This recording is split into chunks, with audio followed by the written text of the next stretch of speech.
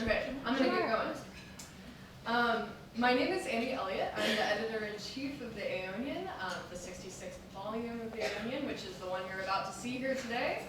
And I just want to say welcome to you all. I'm so glad you all are here. And I mean, this is one of my favorite days on campus. I love that we have honors convocation early in the day, and then we have this. And just it feels so exciting as a day that is structured around like celebrating our community. And I like too, I mean, I'm a huge fan of the Aonian. I'm pretty biased, and I like that what the honors convocation has in breadth, we kind of make up for in depth, where we have the opportunity to really sit with like the wonderful things that people have made, because you take home a book that you can spend time with, and you also just get to be here as people read and share their artwork. So I'm really grateful that you're all here, especially right before finals. I know it always has to be said that time is especially precious right now, so thank you for sharing it with us.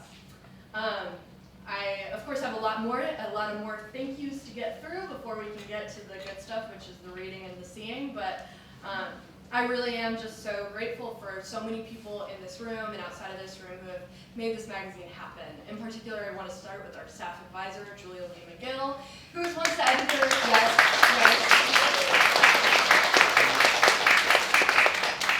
Not only is she a great mentor in all things, but she has helped so much with the making of this magazine this year. And part of that is because she was the editor-in-chief twice in a row back 10 years ago when she was at Hendrix College, and you know she's wonderful, and her wisdom is always helpful and always relevant.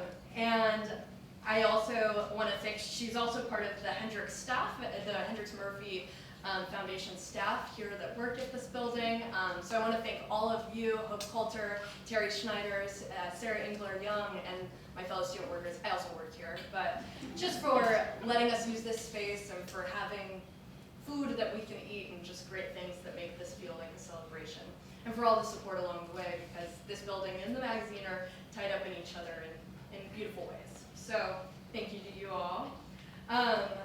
I also want to thank Arkansas Graphics. They are not here, but they are our printers, and they have done a wonderful job with this magazine, as you're about to see. So a big thanks to them.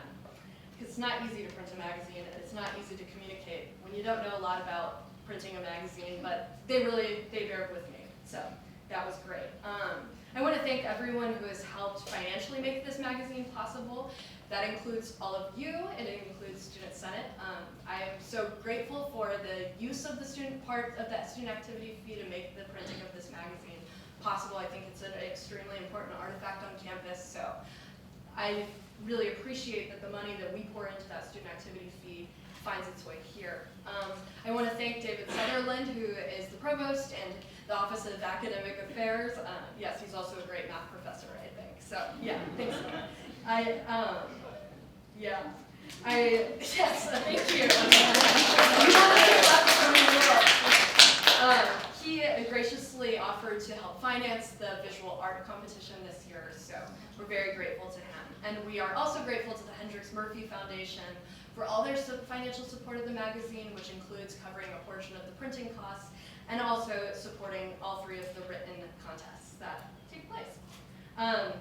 On the note of contests, I want to thank our judges. Kevin Brockmeyer does fiction, Nicole Brown does poetry, Jennifer Case does nonfiction, and Catherine Strauss does visual art. And the great thing too is that they all have been very consistently judging our contest for the past few years, and so I love that. I love that they extend this favor every year, and I just think it's something to be deeply grateful for. I want to thank Dima Youssef, who is our media chair committee head. She is brilliant and warm, and she was a lot of help, and she taught me how to do InDesign, and that was helpful too. The other person who taught me a lot about InDesign was my associate editor, Tilly LaForge, who has just been a wonderful help. I owe her a huge thank you for wrangling me, and also just like for the ways that our minds met together and like worked really well together. And I think we're both really proud of what we created through this like really joint effort. So yeah, a huge thank you to Tilly. I want to give her another clap. And she's going to go out and she's going to get ready for the magazine to happen. So y'all are going to get a copy soon, but stay seated. my last thank you, and also not my least thank you by any means, goes to my staff. It's a lot of work to make this magazine. It's a year-long endeavor. We are, the literary magazine, for those who do not know, is completely student-operated. So it's student work, and then it's a team of students who pour through that work and give it real attention and care and try to find which pieces are going to fit in this magazine. And it's a huge endeavor, and so I wanted to have all my staff stand up because, like, it would just not be possible without them. So.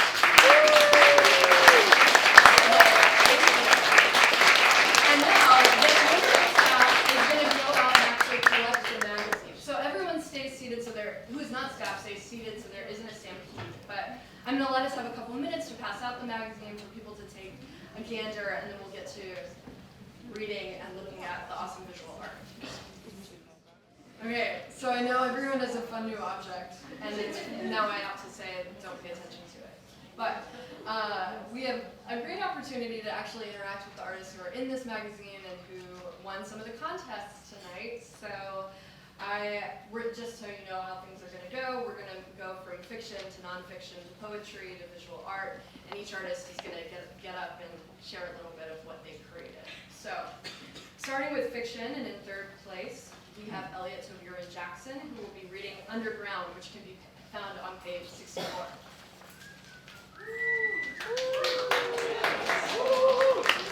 Hi.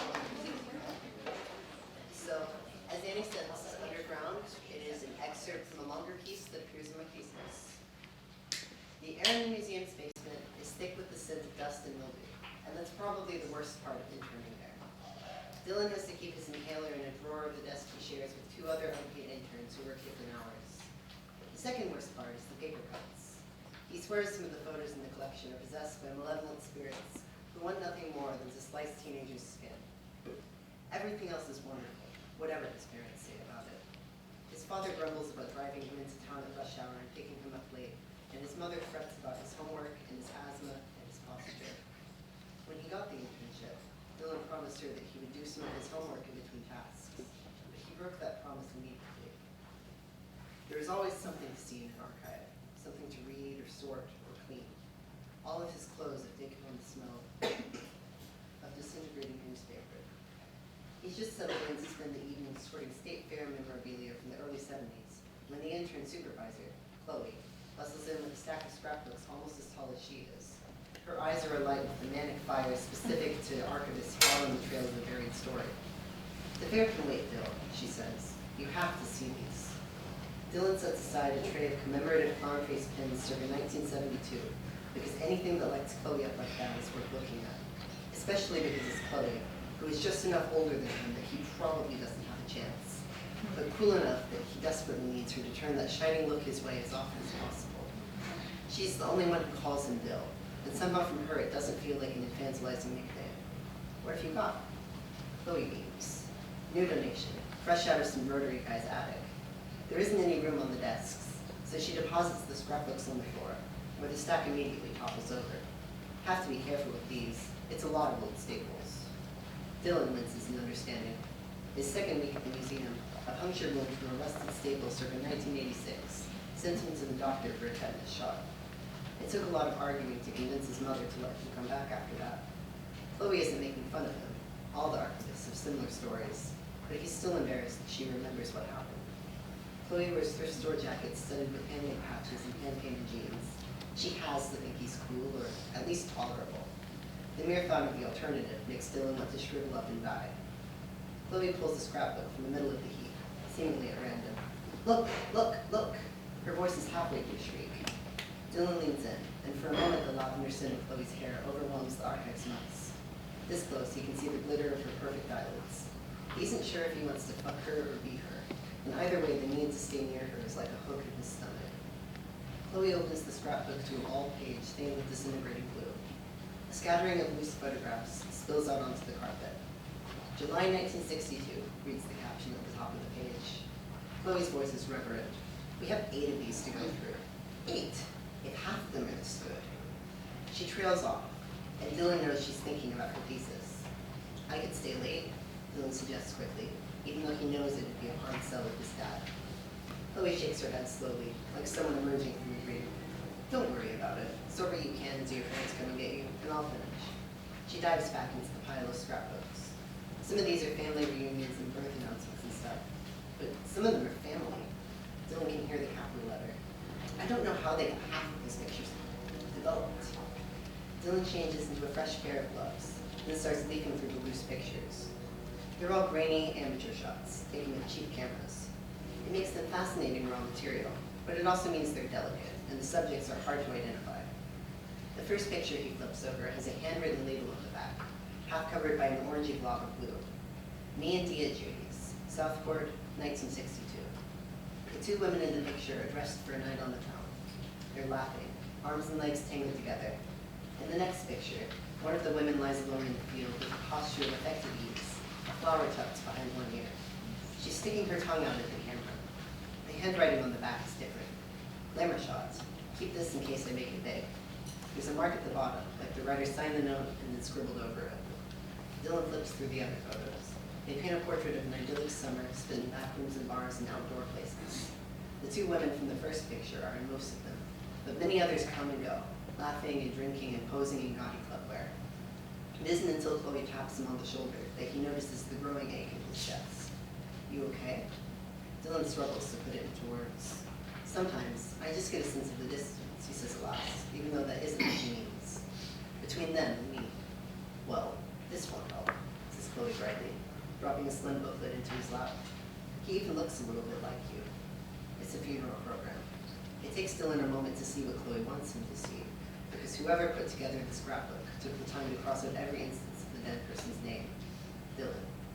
The surname is familiar too, and Dylan wrinkles his nose, making a mental note to ask his mother if their family ever lived near Southport. Then he turns the program over and freezes when he sees the picture on the back.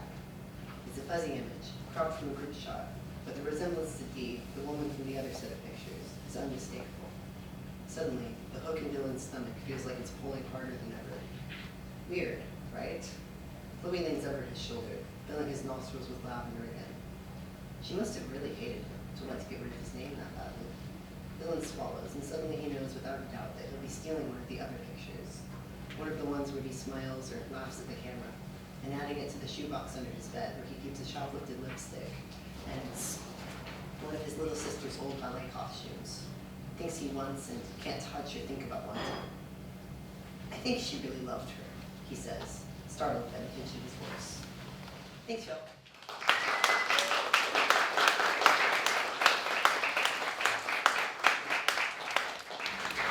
Thanks so much, Elliot. Next, and in second place, we have Sydney Austin reading So Will You Please Say Hello to the Folks That I Know, which is on page 134.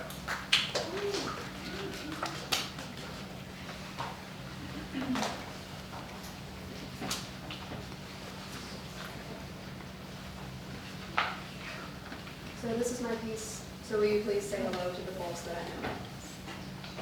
They didn't let anyone under the age of 65 stay on Earth, so I lied. 3 days after my 57th birthday, I decided quite firmly that I wasn't leaving. I'd never stepped foot on a spaceship. I'd never even been to the moon. I sure as hell wasn't going to start now. Spending the rest of my years trying to start over on Venus or Saturnalia or what have you just wasn't my ticket. There wasn't anyone on those emergency shuttles who would miss me anyhow. We had plenty of time to prepare. The asteroid was spotted nearly 9 years before its inevitable collision. Everyone started making plans. Every world government set up its evacuation department and rendezvous points, and half of them conveniently suspended elections. Then there were those of us who wanted to stay, to go down with the ship. Earth has carried us for so long, someone ought to keep her company to the end. Evacuation was still mandatory in a lot of places that couldn't afford another population drop. America, at least, conceded that the old folks may as well be left behind if they chose. Lying was the easy part. My birth certificate was an old model, easily hacked. The lady at the counter barely even glanced at it as my reserve seat was surrendered to additional cargo. Traveling became breathtakingly easy and cheap. The wealthy cities were already half empty. I saw everything I wanted to see, checked off my bucket list one by one over the last 5 years of planet Earth. I visited a lot of graves, just to let my old friends know what was coming. Tonight is the last night, T-minus 4 hours. There are celebrations the likes of which this world has never seen, put on by the old and the liars. There are more young people around than I thought would be, but there's no accounting for sense. There's a news reporter named Tiffany collecting these statements. Her sister on Europa is going to turn them into a book. Hello, kind readers. I'm leaving the sentimental stuff to the poets. Here are the facts. Earlier, I sat with a 79-year-old man named Tyler who stayed because he couldn't bear to leave his wife's ashes behind. He's heading out to the mountaintop where he scattered them once he's had his fill of fireworks and speakers playing "We'll Meet Again." We grew up together on that mountain, he told me. Must be mighty beautiful. It wasn't the best place for children. Do you have children? No, he said after a long while, and I realized I might be the last person he'll ever speak to. But I was one. His smile was the kindest I'd ever seen before he got one for the road and left. They're saying a few minutes before it hits, the sky will erupt into sunrise in the middle of the night. I think he'll have the best view. The bartender is giving everything out for free in exchange for beautiful sentences. I wish I heard what Tyler said in exchange for a bottle of Bailey. I think I'll see what I can get with this. I hope that everyone on earth knows how easy it was to love them.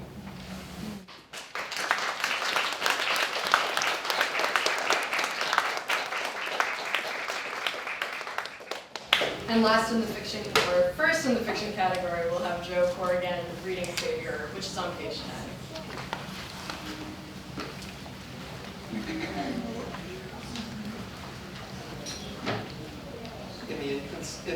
In the interest of time, I'm only reading the first 2 pages. My cutoff point happened to be exactly at the end of page 11, so there's more, just if you're following along. Father Enrico Agasti is the single most fascinating individual I have ever known. A man of the cloth, yet scholarly and wise beyond his years, easily smarter than any man of science or philosophy that I've encountered in all my travels. And he's still not yet 30. He seems to know something about everything, from the history of Hannibal of Carthage to the obscurities of Islamic astrology. He is cleanly, courteous, and an excellent listener and advisor, the sort of man you might find yourself telling your woes to within an hour of meeting him. It is a shame that he only deigns to speak with me when he wants someone dead. I had been a fool. On my travels, I had dared to enter houses of God before, but always with caution, obtaining an invitation from the local priest and cloaking myself such that none could see my obvious discomfort and agitation. On Agasti's orthodoxy, it was incorrect to say that my kind could not enter their churches, or that a crucifix could ward us off at any distance. They had taught him well enough to recognize me, though somehow I feel as if he had sniffed out my damned soul on mere intuition. At any rate, he had convinced me to stay longer than I had anticipated, engaging me with questions about my many travels. I was so engrossed in our discussion that before long I was revealing to him things that I could only know from a life lived across the ages. Tales of Manoa, Mycenae, and the old days of Rome before Italia came to me. A church cannot kill a vampire, but it drains us as we drain our prey. And when we are at our weakest, it is the closest we can be to a drunken stupor. He was clever to keep me here, where the solid stone walls and the floor of the cellar made digging my way nigh impossible. Beneath the floorboards, I spent most of my time slumbering to stave off the pangs of hunger, the lack of fresh blood keeping me in constant agony, as if I were impaled with the stomach. Sometimes, when I awaken early enough, I can hear his evening sermons and listen to the voice of my captor. It's not the parables or the passages from his good book that I pay mind to, but the way he speaks, and most of all, how he interprets them, that enraptures me. From a tiny nook in the floorboards, I can sometimes make out his face as he speaks, and the sight of this man sharing wisdom beyond my centuries of life can only be described as beautiful. That this man dares come down to the cellar on this night is nothing short of a miracle to me. He holds no weapon, no armor, save for his crucifix and Bible. But even if those were enough to kill me rather than ward me off, I wouldn't dare strike him, not after our arrangement. He sits on a chair donated by a wealthy man that was deemed too grandiose for so humble a church and relegated here. I kneel before him, head bowed as I recite the words as if I were praying. What is your bidding, my master? I dare not move as I wait for him to speak. There is a house down the road with a roof that is missing tiles, he finally says. Inside, you will find a balding man and a girl no older than 15. You may feast on the man, but you must first warn the girl to flee to the harbor. Return without a soul seeing you. With that, Father Agasti presses his forefinger against his teeth and, without a second of hesitation, bites into his supple skin. With the grace and poise of a king, he extends his hand to me, and with a blood-stained kiss, the pact is sealed. This is how it always is. No further explanations or reasoning, only his orders and my desire to follow them. As my legs are still weak, he helps me stand and walk up the stairs as if we were equals, and keeps me upright until I have left the chapel. Do not be seen, he reminds me, and with a deep breath, I change my form into that of a bat, flying off towards my quarry, the blood of my master already rejuvenating me. In Father Agasti's studies, he has learned how to deal with my kind, and learned of how potent the blood of a priest is to us. It can sustain us far longer, and, if offered willingly, restore our strength even in small doses. However, this requires some form of equal exchange, something given and something received by both parties. I received his blood. He gave me a crusade. In the past, the crusades were considered a way of paying penance to God. If you must feed on mortal lives to survive, then your penance must be fitting, he told me. I will provide you with enemies, and you must feed only upon them for as long as you shall live. Powerless and starving, I could do nothing but agree. It was a crusade against an enemy I knew nothing of, one without a proper name, armada, or capital of its own. He never gave me names, he never betrayed his targets, but he sent me to visit, and that may as well have been good enough. I could never hear the sins confessed above me, but I knew he only spoke to me after hearing them. I cared not. If this numinous man saw these souls as less worthy of redemption and mercy than me, I would continue to prove him correct.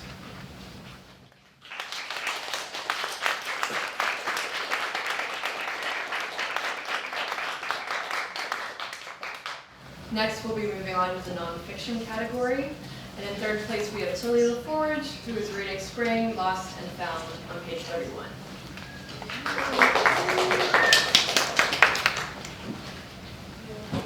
First, I have to apologize because I drafted this in Dr. Jager's fiction class, and then I submitted it as nonfiction, which feels, I don't know, it feels wrong, but so I did. What is true and what isn't true? I don't know. Okay, Spring, Lost and Found. There's a bush behind my apartment that blooms pink with azaleas every spring, but only for a week. The rest of the year, it looks like untamed nettle, lumpy and overfull. Last spring, I didn't catch it in its pink. The most colorful things I saw were the ivy bruise on my hand and my own urine in the bathroom bucket. It felt like I missed the entirety of spring in the 2 weeks I was stuck to sweaty sheets. When I went into the ER, winter was still hanging on. When I left the hospital, it was already blaring summer proper. I never understood why sick people got bouquets until the first bundle of flowers made me cry. Marigolds, alive and surrounded by so much beige, white, and sterile. I had the nurses put the vase on the table across from my bed, where I could see it under the wall-mounted TV. I tried turning it on the day I was admitted, but Chris Jenner's shrimpful mouth brought pain right back to my stomach. For the weeks after, I kept the TV blank black. I passed time with my eyes closed, full dark, trying to forget my body. But always, flowers across the room, wafting pretty springtime tomatoes. I came home weak, and the azalea bush was back to its summer shade of green. I missed the flowers entirely, skipped right over spring. Even my bruise faded gray and colorless. Now I'm holding on through the heat, drying my bouquets brown and crispy until the ginkgos go yellow and I have something tree-sized to smell.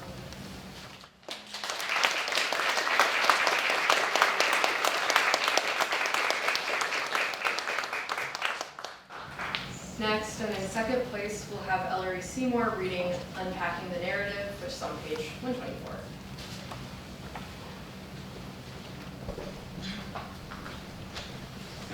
Since this is a longer piece, I'm just going to be reading about the first half, so please go finish it, because I put it on here. Anyway. My great-grandfather, Private George Frederick Seymour Jr., was a member of the 35th Infantry Division during World War II. He arrived at Camp Joseph T. Robinson, located in Little Rock, for his first batch of training in 1940. His division continued to train on and off around the U.S. until May of 1944, when they arrived in England. The division was deployed into Normandy only a month after D-Day, where they fought their way through France and into the rest of Europe for 264 days. In his essay about looting during World War II, the military historian Joseph O'Brien writes that Britain fought for honor, Russia fought for the motherland, Americans fought for souvenirs. My great-grandfather is no exception. He returned to the U.S. in September of 1945 with a sword and a dagger. Today, my family knows that these items belong to a German army officer, but we do not have the details of how exactly my great-grandfather got them. We don't know if he was the one to pull the trigger and kill the officer, if it was someone else within his division, or if it was just abandoned on the battlefield. All we know is that these were his, quote, spoils from war. They served him as a reminder of what he went through during the war, and these items have been passed down to my grandfather and now to my father. My dad, Trafford Seymour, received the sword and dagger after my grandfather's death in 2017, and the dagger and sword remain hidden in our home ever since. I have hated the sword and dagger since they entered my home. You would never know the sword belonged to a Nazi just by looking at it. There's no swastika, no eagle. There's only a line with ruby eyes staring back at you. The sword leans against the wall in my dad's office, haunting the corner. The dagger sits hidden in a drawer. The swastika is prominent on the hilt. Nobody can mistake what it is. We don't talk about the fact that these items are in our house. I used to fight with my dad about it because he wanted to display the items. I could never wrap my head around the idea of wanting to display something with such harrowing associations on the wall. A little tag explaining my great-grandfather's service doesn't explain away the history of violence and murder the swastika evokes. In his memoir, Plunder, Menachem Kaiser unpacks his family's disjointed history and the story of Nazi treasure hunters. One of these treasure hunters, Andrzej, invited Kaiser to his home, showing off his extensive collection of Nazi memorabilia. For me and Kaiser, quote, a swastika is hard to see as anything but a deliberate provocation and a sign of affiliation with Nazi ideology. My dad and Andrzej, though, can separate away the Nazi ideology. Rather, they can see another narrative that lies beyond the surface. For my dad, the sword and knife don't represent Nazism. The sword and the dagger instead remind him that his grandfather fought on the right side of the war and that they won. He's proud of the sacrifice his grandfather made in World War II, that he risked his life for our country. When I describe that Andrzej's love for these items focused on the fact that he personally found them rather than an act of Nazi glorification, my dad felt understood. Like Andrzej, what's on the dagger and the sword doesn't matter. It wouldn't matter what war the items were from or what they represented. For my dad, what matters is what the sword and dagger mean in the context of my great-grandfather, of the sacrifices he made to protect our country. He cares about the deep connection he gains to his own family's history via these items. They work as a jumping-off point, a way for him to honor his own grandfather and the things he did during his time in combat. Because I didn't know my great-grandfather, I lack the deep connection my dad gains through these items and their story. Still, I hate the ghosts of Nazi victims that haunt my home, but something associated with something so vital can sit in a drawer collecting dust. I can't honor these items. Objects and symbols have power, and I don't want these ghosts and connections to haunt me from within my own home. Thank you.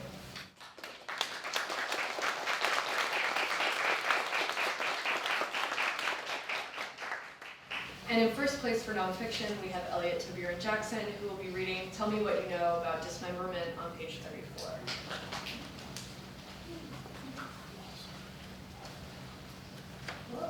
So I've got a couple of content warnings for this piece. We've got gore, including surgical gore, and child abuse. Tell me what you know about dismemberment. I know the Ozarks. 100 years ago, developers came with big trucks full of earth and tried to tamp the dwindling peaks and yawning valleys of the Ozark Plateau flat enough that they could sell houses there. The results were neighborhoods like Sky Islands, split by chasms and gorges where the ground had tried to sign each other home. Arterial streams faltered through the gorges, filling them with a rotting, leaf-choked sludge much thicker than water. Deer learned to navigate the fractured landscape, building lives in the unwanted, overgrown spaces where trees grew in scrubby and short, their branches snarled together. In turn, my father taught me how to drill holes in a 5-gallon bucket, fill it with corn, and hang it from a pole rigged up with a fan motor. The corn drew the diaspora of deer up the hill to feed, so he sat out on the deck and smoked cigarettes in his light-encrusted lawn chair until they grew so used to his breathing that he became part of the landscape. Then he loosed an arrow, letting it drop into the side of a bright-eyed doe. After a kill, we all helped haul the body up to the house. Using paracord and pulleys, we hung it from the deck and let the blood drain into the dirt, seeping down into the gorges where the mosquitoes groaned and bred and died. When I was small, it was my job to hold a bucket ready as my father sliced into the deer's hide, separating the yellow-white fat from steaming muscle. Later, we all took turns feeding the meat grinder in the kitchen, our hands stained blue and black from labeling freezer bags. I want you to see all of my father when I tell you about him, and so I have to begin with the first time I cut into a deer, how he held my hand in his, guiding my knife to slice rather than saw. The moist heat of the corpse blew into my face, and I filled my lungs with the earthy taste of death not yet turned to decay. And my father held my hand in his. It was also my father who, having filled the deep chest freezer in the garage with enough meat for the winter, filled the house with rage like an acrid smoke, poisoning the air indoors until I fled with my hammock to sleep in the dark spaces between spaces. I slept suspended above the wet tangles of weeds until the first frost, clutching a thick metal flashlight to act as both light and emergency weapon. Away from that fractured land, I find that I cannot write about one father without the other. The gorge between fathers shakes itself closed, leaving a scar in the land where once trees grew and unloved herds of deer flourished. I am telling you this because I cannot write about my father without writing that scar, the way it stretches and contorts like a grimacing, hungry mouth. 2. I know my body.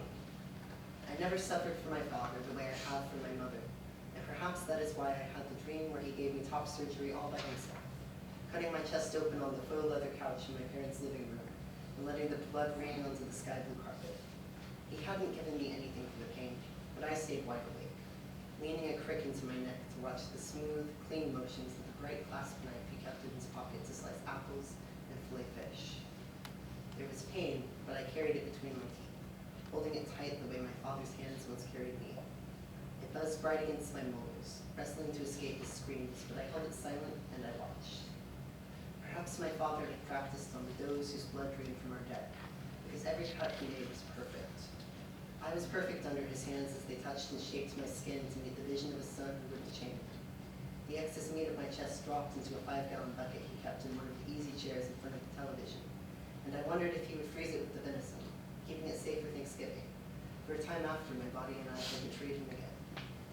There was pain, but I told myself I could hold it. There was pain, but I told myself I had never suffered for my father the way I had for my mother, and maybe this time it would be enough to pay my way into his arms. I tried to see my father's face, to see if he was proud of me for holding on, proud at least of the smoothness of his cuts and the perfection of his work. But his face blurred the way the important details do in dreams. All I could see were his hands, each hair and mole rendered exactly so. When my father pulled his hands free of the mouth he'd opened in my chest and smoothed the skin closed, it scarred at once without even a whimper of protest. I lay back against the sunflower throw pillars my grandmother found at Goodwill, and watched the cobweb-draped fan spin high above in the vaulted popcorn ceiling. It didn't seem important anymore to look down and see what he'd done, what shape he'd made for me to wear. I wished he'd told me, knew he wouldn't. He was taking the bucket of my dress into the garage to freeze, to preserve those pieces of me forever. I realized I was the rest of the dough, the pieces we tossed into the trees to rot into bone. Thanks, y'all.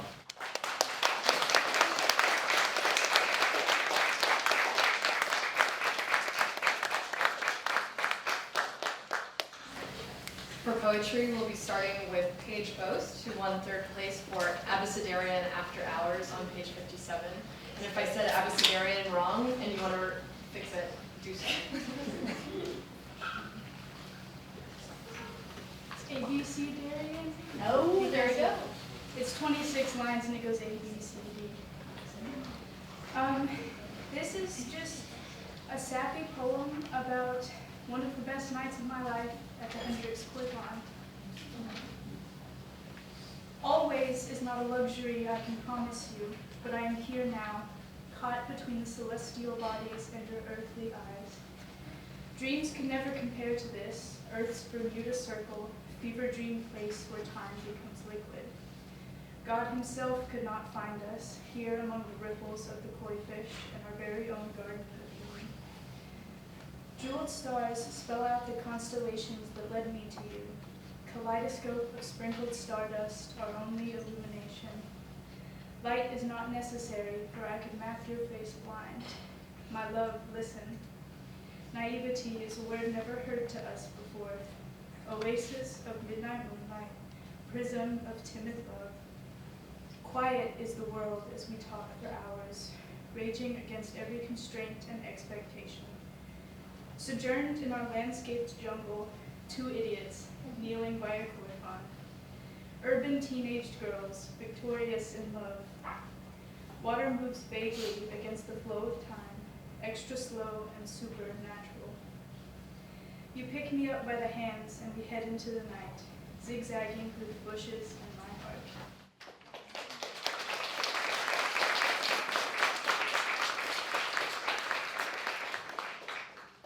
Next, and in second place, we'll have Sydney Austin with Why I Love Museums, an ode on page 122.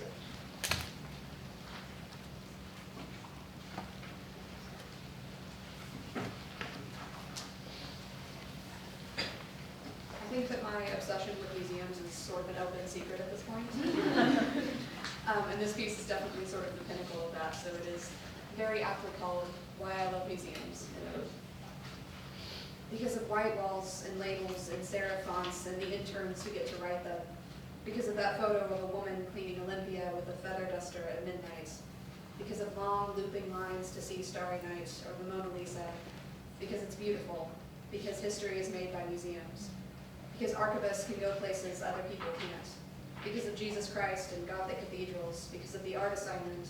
Because of abstract expressionism and my superiority complex. And you, sir, are a space too. Because I was never going to be anything else. Because of my filing cabinet, because of my journals, because of the letters I write and my text messages from 2011 and the things I'm not willing to let go of.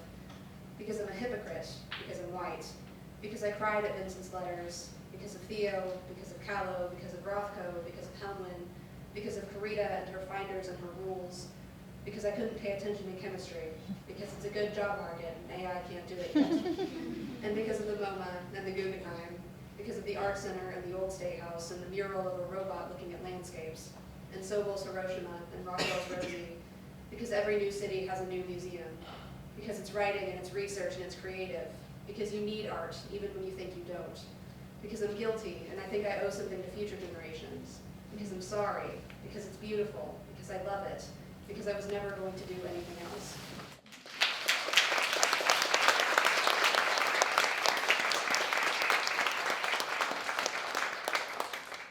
And first, we have Elliot Topier and Jackson with Process on page 51.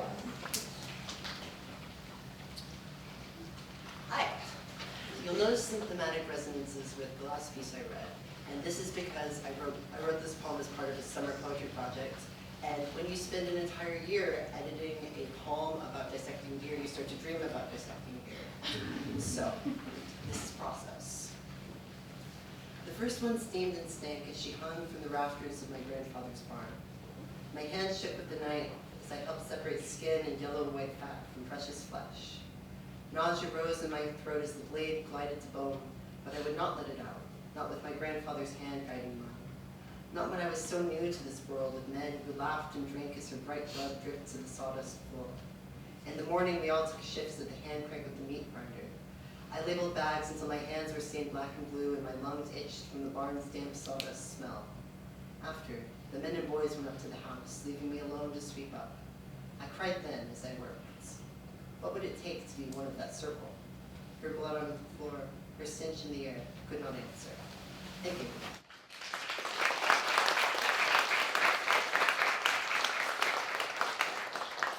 And now I figure out if I know how to use a presentation. So, if I do. We believe you. Yeah. Okay, so for visual art, we're starting with Aidan Huckleberry, who will be showing Untitled, which is on page 37 of the magazine if you want to look there too. Hi, I'm just going to talk a little bit about my process of making this, because there's no real meaning behind it. I'm going to be so honest. Like, I literally had no thoughts going through my head when I made this. I just did it. So I'm just going to talk a little bit about the process. It's a silkscreen collage with acrylic. So some of it is a photo silkscreen, like this blue photo right here. That's a picture that I took of my cousin. And then I just blew it up and printed it out on a silk screen, so that was pretty cool. And then I just kind of collaged them all together. It's really big. It's about like 5 by 7 feet.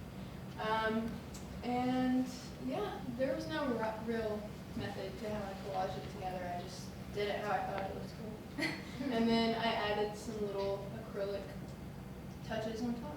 So that was pretty much the process.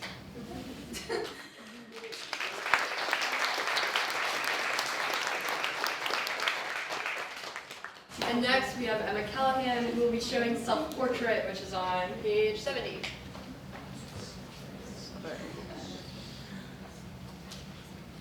Hello, can you hear me? Am I close enough? Is that good? I don't use mics. So basically, this is my self-portrait. It was done with oil paint on canvas, and I don't want to speak too much about it because I believe that art is meant to speak for itself, but it does have my face on it. So to some degree, I want to give it context.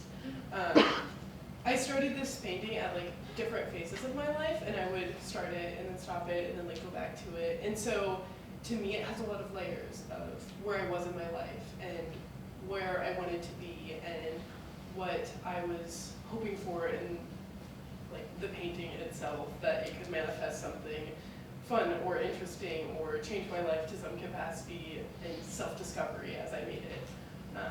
But it's still just a painting, so that's not quite the case. But hopefully with a self-portrait, it's not only my self-portrait, but a self-portrait for yourself when you look at it. Where do you see yourself growing? Where do you see parts of yourself decaying or falling away? And when should you let it? Yeah, that's all.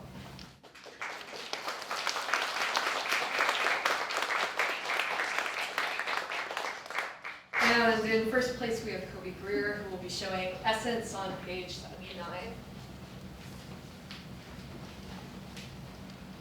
Okay, so I made this portrait of my friend Essence at Penland School of Crafts, and I took a class on wet plate collodion, and it was really exciting to learn a process that was from the 1800s, and it was a lot of intense work that I did not expect, especially film photography is already a lot of work, but for the tintype, to make it, I would start in the darkroom with a 4x5 metal plate, and I would coat it in collodion. I would then put it in a silver bath, and then I would put it in a light tight container, and then that went into the camera, and I exposed the image.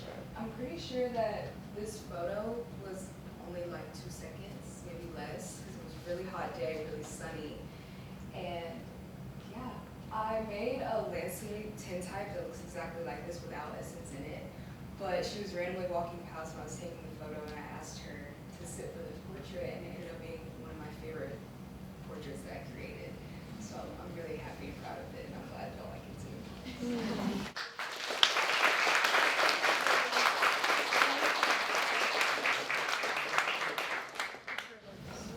So that's it. We have nothing more to share with you except for everything that is in the book, so it's kind of like homework. But thank you all again for coming out and spending some time with us tonight. I'm going to ask staff to stick around because we're going to try to get a group picture. But the rest of you are free to go. Thanks.